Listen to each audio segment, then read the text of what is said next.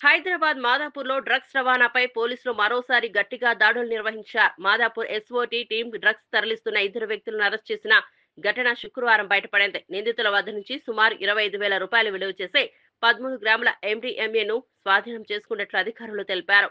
అదనంగా 2 మొబైల్ ఫోన్లను కూడా పోలీసులు తమ ఆధీనంలోకి తీసుకున్నారు. బెంగళూరు, గోవా ప్రాంతాల నుంచి డ్రగ్స్ సేకరించి నగరానికి తీసుకొస్తున్నారని, గతంలో కూడా వీరిపై డ్రగ్స్ కేసులు నమోదైనట్లు విచారణలో బయటపడింది. నగరంలో యువతను లక్ష్యంగా చేసుకుని మత్తు పదార్థాలను సరఫరా చేస్తున్న గ్యాంగ్లో భాగస్వాములుగా వీరు పనిచేస్తున్నట్లు పోలీసులు తెలిపారు.